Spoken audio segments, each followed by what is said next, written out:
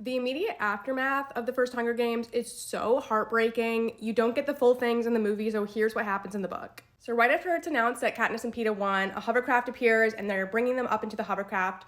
Peeta is bleeding out from his leg wound, and Katniss is holding on to him so tightly that when the doctors come, like they're trying to, take Peeta away to work on him, she says, like, my fingers are still gripping the back of his jacket so tightly that when they take him away, it tears, leaving me with a fistful of black fabric.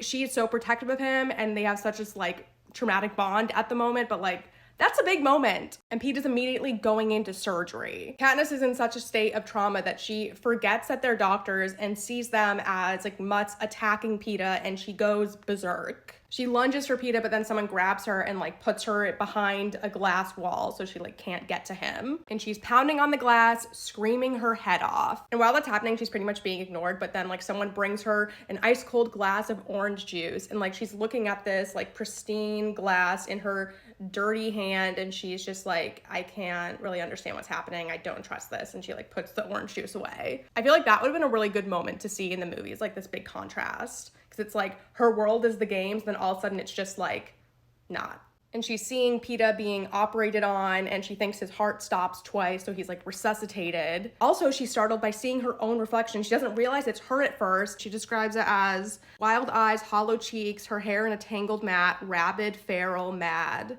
She's been through.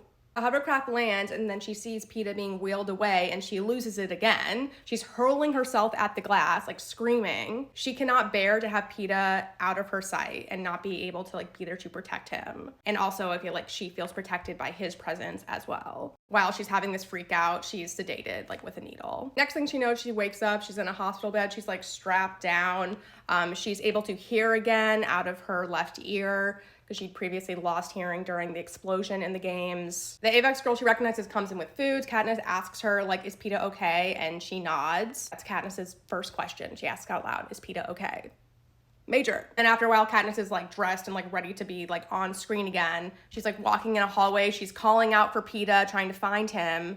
She asks Haymitch, where's Portia? Is she with Peeta? He is all right, isn't he? I mean, he's alive. So like, she's asking everyone about Peeta. She's told he's fine, but she's like, I want to see him for myself. She doesn't get to see him till they're publicly reunited. Also, side note, we find out while Katniss is like recovering, the Capitol's like, hey, we should give her breast implants to make her more attractive, and Haymitch is able to be like, no, don't do that. So that's awful. They're like, yeah, we should give this like 16-year-old who cannot consent to any sort of medical treatment breast augmentation. What?